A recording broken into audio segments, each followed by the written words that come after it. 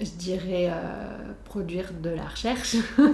Disons que le chercheur, on va dire que lui, c'est lui qui a le budget. Les doctorants, ils n'ont pas de budget.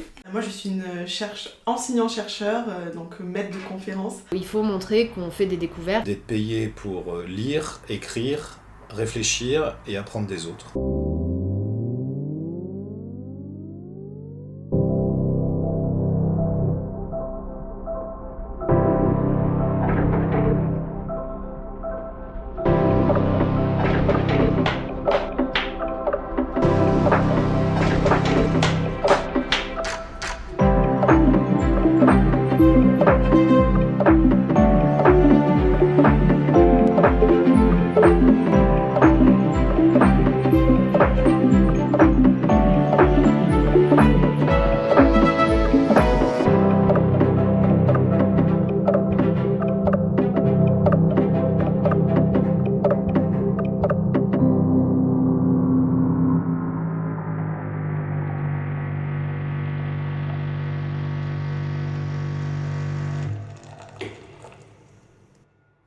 Je pense que les gens ils s'imaginent toujours la blouse blanche, que le scientifique un peu dans son labo.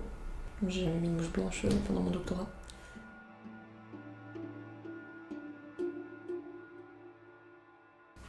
C'est quoi les objectifs d'un laboratoire?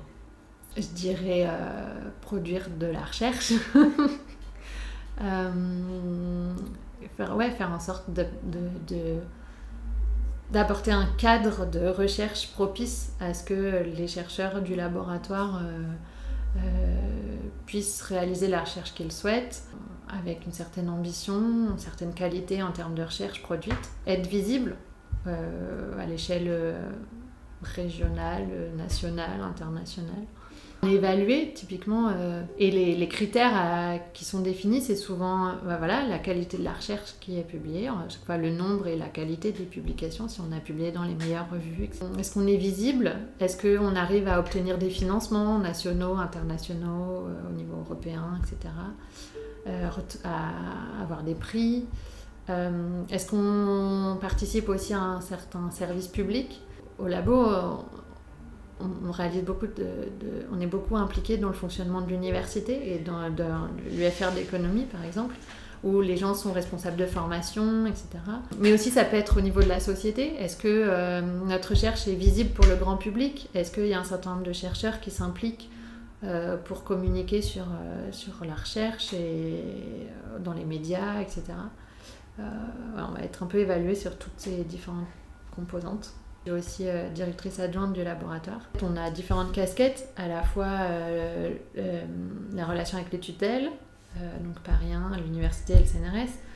Il y a aussi mettre en place l'organisation des recrutements. Donc chaque année, on va recruter. Alors c'est pas forcément moi qui le fais au sein de la direction, mais voilà, la direction, on a un comité de direction où on va organiser tous ces recrutements.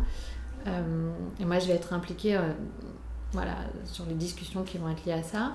Moi, mon rôle dans la direction, c'est aussi d'être chargée de la communication avec d'autres personnes, qui sont dans l'équipe administrative. Je vais, par exemple, on va diffuser un agenda des séminaires toutes les semaines au niveau du labo. On va faire une newsletter, on va mettre à jour le site web du labo, communiquer sur les réseaux sociaux. Tout ce qui est la politique de communication à la fois en interne et en externe du laboratoire. Et puis après, il y a plus largement définir des projets pour le laboratoire. Par exemple, l'année dernière, on a lancé le LIA Lab for Human and Social Sciences. Définir des projets où on va pouvoir embarquer un certain nombre de personnes du labo, rendre plus visible le laboratoire, etc. Je m'appelle Goudan Turkan, je suis gestionnaire administrative et financière au CES, Centre d'économie de la Sorbonne. Je m'occupe de la gestion des sous que le CES a pour chaque chercheur ou pour chaque axe qu'on appelle la science du comportement ou bien économie nationale, marché du travail. Après, souvent, y a des contrats comme les ANR, les CIFRE, les contrats européens. Par exemple, l'ANR, c'est Agence nationale de la recherche. C'est une institution qui fait des appels à projets Donc après, aux chercheurs, ils font des demandes pour avoir un budget. Après, l'ANR décide de leur donner un budget pour leur projet. Les contrats européens, ça c'est plus au niveau de la Commission européenne. C'est pareil, c'est des appels à projets qu'ils ont. Donc à eux de faire la demande et de faire après le process pour pouvoir avoir du budget. Et les CIF, c'est plus un contrat industriel, on appelle ça contrat industriel, c'est un accord entre une entreprise pour la formation d'un doctorant en laboratoire et en entreprise. Donc je gère aussi tous ces budgets. Donc ça peut être des bons de commande ou des missions. C'est un déplacement professionnel. C'est-à-dire quand ils veulent aller à une conférence ou travailler avec des collaborateurs. Ça c'est le plus gros de notre travail. Accompagner les agents dans leur demande de mission. Donc je les guide suivant le budget sur lequel ils partent. Bah, disons que le chercheur, on va dire que lui, c'est lui qui a le budget. Les doctorants, ils n'ont pas de budget. Donc à nous de les aider et de trouver, d'essayer de les guider en leur montrant qu'ils peuvent... c'est pas parce qu'ils n'ont pas de budget qu'ils ne peuvent pas avoir des souhaits comme des missions ou des commandes, quoi. Et on peut toujours trouver quelqu'un qui va financer leur projet. Après, moi, j'essaye d'informer, mais au mieux. Après, c'est pas évident. Quand ils ont des projets, quand ils ont des demandes, des commandes ou des missions, en général, ils me demandent déjà les process. Donc, moi, je leur explique le process pour qu'ils puissent faire soit leurs commandes, ça peut être des inscriptions, ça peut être commande de livres, ça peut être diverses choses dans le cadre de leur doctorat, ou partir en mission à des conférences, soit pour présenter, soit pour justement participer à d'autres, à des séminaires de chercheurs qui voudraient voir. Donc moi, je leur indique les processus à suivre et puis j'essaye de les guider aussi dans les budgets. Moi, j'ai une formation de comptable, donc j'aime bien la gestion. Donc faire les comptes, établir des budgets... Voilà. Avant, j'étais dans le privé, j'ai travaillé dans le privé. Et là, c'était la comptabilité, mais c'était la comptabilité, on va dire, c'était plus la comptabilité client ou bien la comptabilité fournisseur. C'était pas la même chose, c'est pas la même manière. Je pense qu'en privé, on est plus indépendant et il y a moins de... Par exemple, nous, on a un budget, on gère ce budget, mais derrière, tu as un service financier, on va dire, qui vérifie derrière tout ce qu'on fait, tout ce qu'on valide ou pas. Puis, il y a des règles. Et si on veut aller en dehors de ces règles-là, on est obligé de demander au service financier, est-ce qu'on peut pas. Voilà.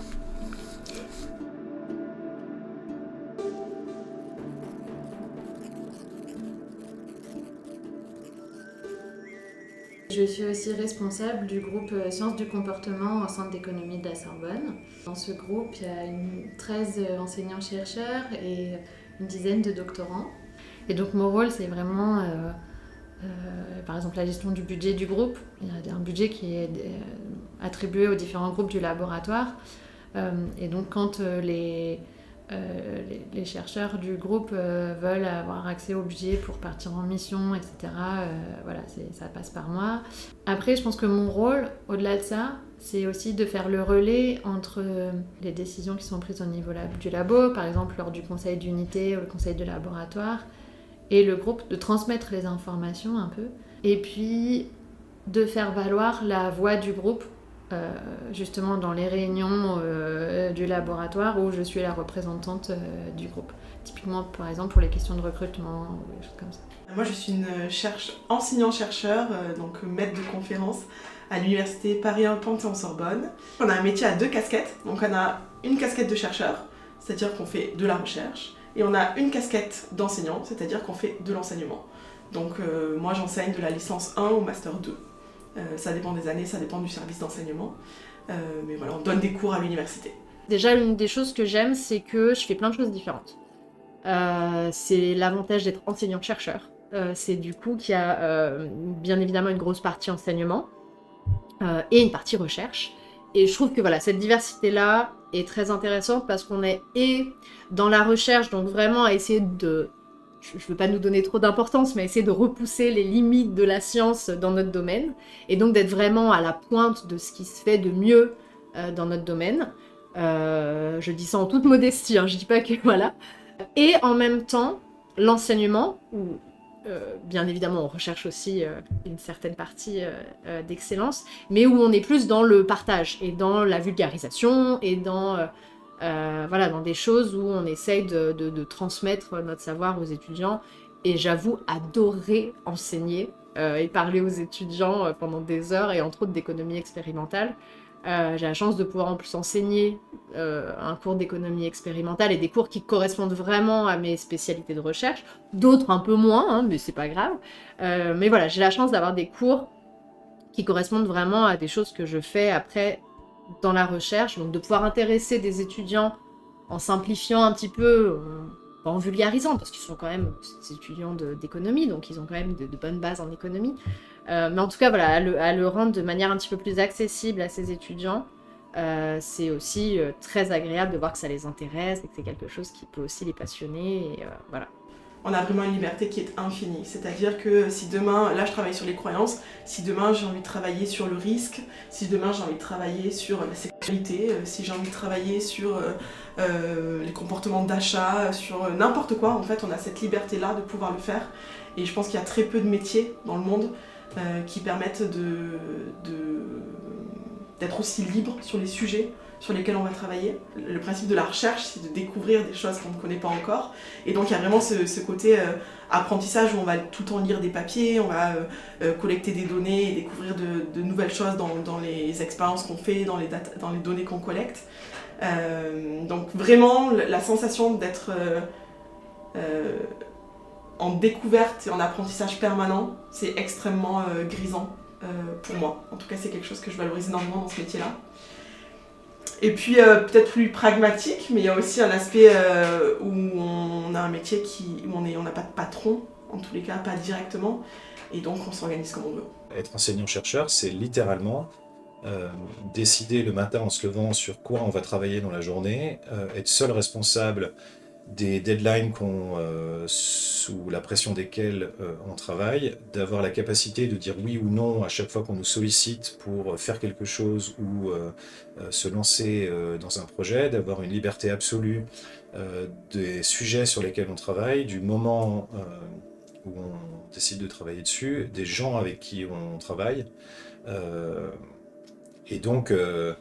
Et dans ce contexte-là, d'être payé pour lire, écrire, réfléchir et apprendre des autres. Donc quand on effectue des recherches, on pose une question de recherche, on effectue des expériences ou des simulations informatiques, dans la plupart des cas, ou des analyses de littérature. Et à un moment, on rend ça public, donc on ne fait pas tout ça pour soi-même. On le fait parce qu'on pense qu'on contribue à la connaissance. Et donc quand on contribue à la connaissance, on veut rendre public, et pour ça on soumet l'article dans des journaux qui sont lus par d'autres scientifiques. Et il y a des comités d'experts qui évaluent le travail et décident sous quelles conditions accepter ou non l'article. Oui, donc publier, c'est ça. C'est quand on a fait une étude, publier les résultats de l'étude. Ça veut dire présenter l'étude, présenter la méthode, présenter les résultats, expliquer pourquoi c'était intéressant de faire ce travail, qu'est-ce que ça apporte comme connaissance. Et on publie ça à différents formats qui dépendent des disciplines. Et un format qui est assez pratique pour les scientifiques, c'est de faire un article de recherche qui peut être un article d'une dizaine de pages dans lequel l'étude est présentée.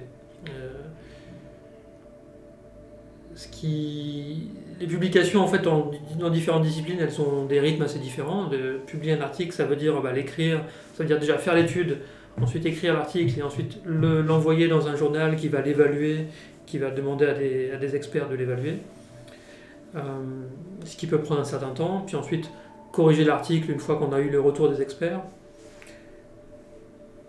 Les CV des chercheurs, c'est en quelque sorte, ça contient la liste des publications.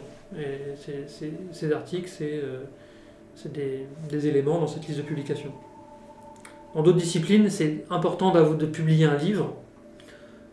Donc là, c'est plus dans les sciences humaines, en philosophie ou en sciences politiques ou dans les disciplines comme ça, en sociologie. Finalement, le travail de production de ce format, il est beaucoup plus long. Donc on publie pas un livre aussi rapidement, aussi facilement qu'on publie un article d'une dizaine de pages. Donc voilà, dans notre discipline, on est plutôt sur des formats articles. Et quand on dit publier, c'est de ça dont on parle.